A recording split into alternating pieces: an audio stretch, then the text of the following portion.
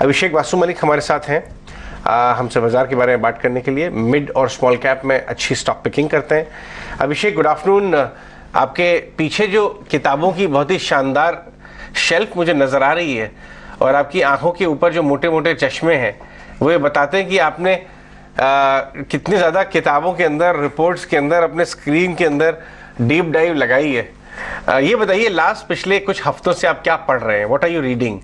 क्या stock research करके आप सोच रहे हैं कि ऐड किया जाए अपने पोर्टफोलियो में? Good afternoon Ajay, thanks for having me on the show. हाँ, लास्ट 1-1.5 हफ्ते से मैं ज्यादा, एक्चुअली आपने जो कहा कंस्ट्रक्शन स्टॉक्स या उसके रिलेटेड जो इंफ्रास्ट्रक्चर रिलेटेड स्टॉक्स है वही देख रहा हूँ। मुझे काफी उनमें से काफी ऐसे लग रहे हैं जो अंडर वैल्यूड है, अंडर ओन्ड है और जिनका शायद 1 साल 1.5 साल में जिनका भविष्य अच्छा लग रहा है। तो वो एक एरिया है। फार्मा ऑब्वियसली मैं लास्ट 3-4 महीने से कह रहा हूं कि अच्छा है। अभी धीरे धीरे फार्मा के कुछ स्टॉक्स के या बिजनेसेस के नतीजे आने जब आएंगे तो पता चलेगा कि एक्चुअली में टर्न अराउंड हो रहा है कि नहीं। स्टॉक प्राइसेस तो थोड़ा बहुत मेरे हिसाब से अभी टर्न अराउंड हो ही चुका है फार्मा में।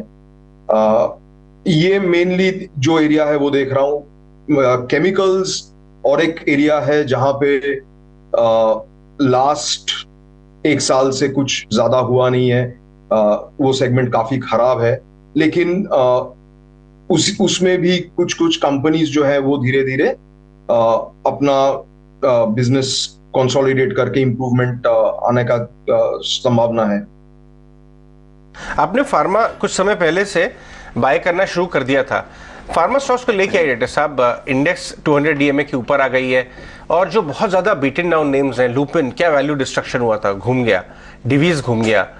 ग्लैंड फार्मा, इसमें से 2-4 ऐसे स्टॉक्स बताइए जो आप रिसर्च कर रहे हैं अभी, या लेना चाहते हैं, ले चुके हैं, लेकिन पढ़ रहे हैं आप, जिनमें वैल्यू नजर आ रही है आपको फार्मा में।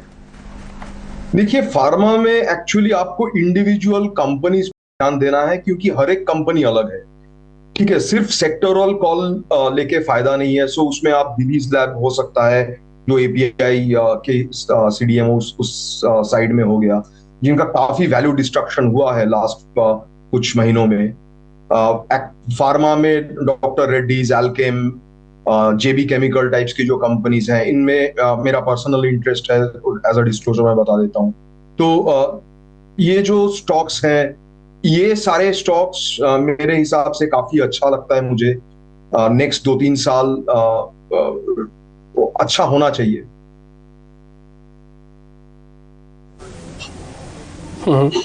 अभिषेक, आप 2 सेक्टर्स की चर्चा सबसे ज़्यादा मार्केट के अंदर हो रही है। एक तो फार्मास्यूटिकल्स, जिसके बारे में आज चर्चा कर रहे हैं, और दूसरा आईटी।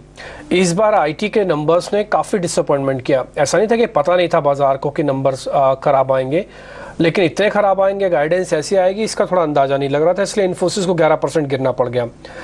ये गिरने के बाद इन्वेस्टर्स के लिए वैल्यूएबल हुए हैं या फिर कम से कम अभी इन्वेस्टर्स को भी कंपनी की ही तरह 2 से 3 क्वार्टर्स देखने चाहिए? इन्वेस्टर्स क्वार्टर नहीं देखता, इन्वेस्टर्स भाव देखता है, कंपनी गाइडेंस देखती है। आईटी का मुझे अभी याद आ रहा है, अजय के साथ मैं जब बात कर रहा था, शायद ये 2-3 इंटरव्यूज पहले, मतलब हो सकता है 3-4 महीने पहले हम लोग बात कर रहे थे। तो मैंने बताया था कि आईटी में क्या होता है कि मोस्ट ऑफ द मैनेजमेंट अपना मतलब वो डिनायल में रहते हैं कि उनको लगता है कि सब कुछ अच्छा होने वाला है। उनका विजिबिलिटी टू फ्यूचर अर्निंग्स भी बहुत ही खराब रहता है। तो आज जो हम देख रहे हैं, ये 4-5-6 महीने से पता था कि खराब होने वाले हैं, और मेरे हिसाब से आज से अगर 6 महीने बाद हम देखेंगे तो हम ये देखेंगे कि जो ओवरऑल सिचुएशन है उससे आज से वो बेटर होंगे। क्योंकि अभी जो हालात है यूएस में, जो कि सबसे बड़ा मार्केट है आईटी का, वहां पे स्पेंडिंग कट हो रहा है या स्पेंडिंग फ्रीज हो रहा है। ये ज्यादा दिन नहीं रहता है क्योंकि कंपनीज को भी अपना धंधा करना होता है। तो वो धीरे धीरे जो डिजिटलाइजेशन है या जो क्लाउड माइग्रेशन है, ये सारी चीजें होते रहेंगी। तो इसमें थोड़ा पॉज हो सकता है, but it will not be a permanent stop. तो आपको अगर कोई कंपनी अच्छा लगता है तो आप एक दिन में जाके पूरा अपना निवेश मत करिए, बट एक स्टैगर्ड वे में आप धीरे धीरे खरीदना, आपको अगर लगता है कि कोई आइडेंटिफाइड एक दो कंपनीज हैं तो वो कर सकते हैं। अभिषेक, गुड आफ्टरनून। आप एक ऐसे मार्केट एक्सपर्ट माने जाते हैं जो कि अर्ली स्टेज में ही किसी सेगमेंट में जो पावर है, स्ट्रेंथ है, उसे भाप लेते हैं, और आपकी लिस्ट में रेलवे सेक्टर भी है।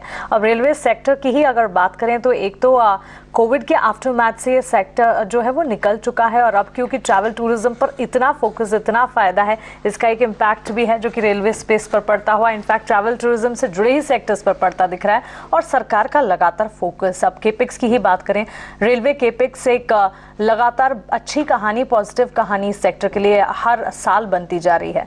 क्या ट्रिगर्स हैं जो कि आपको लगता है कि रेलवे को हाईएस्ट मार्जिन ऑफ सेफ्टी की कैटेगरी में रखते हैं? देखिए, लास्ट 6-7 महीने से हम लोग रेलवे स्टॉक्स में इन्वेस्ट कर रहे हैं या देख रहे हैं उस सेक्टर को। सबसे इंपॉर्टेंट जो रेलवेज में है वो, जैसे आपने कहा, काफी ज्यादा गवर्नमेंट का फोकस है ऑन केपेक्स। विजिबल भी है, प्री इलेक्शन जो एक विजिबल इंफ्रास्ट्रक्चर डेवलपमेंट होता है उसमें रेलवेज आता है, रोड हाईवेज आता है, तो ये सारी जो है काफी इन फोकस रहेगा एटलीस्ट एक साल, इलेक्शन के एक साल का जो अभी पीरियड बचा है उस पीरियड में। आपका कोई बात कुछ नहीं है राइट। ये बताइए कि एक टीटागढ़ वैगन करके कंपनी है, आपके बैकयार्ड की कंपनी है, कोलकाता की, रोलिंग स्टॉक की, काफी बड़े बड़े टारगेट्स आ रहे हैं उस पर और काफी लोग इसको कवर करना शुरू कर गए हैं। वो आपके रेडार पे है? आपने कभी स्टडी की है? जी, टीटागढ़ वैगन्स है, जुपिटर वैगन्स है, वो भी यहीं का कंपनी है, टेक्समैको है। तो ये 2-3 कंपनीज हैं जो आज के डेट में रेलवेज, वैगन्स, रोलिंग स्टॉक, ये सब एरियाज में काम कर रहा है। बट मेरा सिर्फ फोकस इन पे नहीं है, ये तो अच्छे कंपनीज हैं, टेलविंड है इनमें सेक्टर में, बट इनका जो डेरिवेटिव सेगमेंट भी है, जैसे आप व्हील्स हो गया, बेयरिंग्स हो गया, तो ये सारे सेगमेंट भी हमको देखना चाहिए, क्योंकि काफी द स्पिन ऑफ इफेक्ट जो है या जो पिक एंड शॉवल मॉडल है उससे बाकी लोगों को भी काफी फायदा होने वाला है।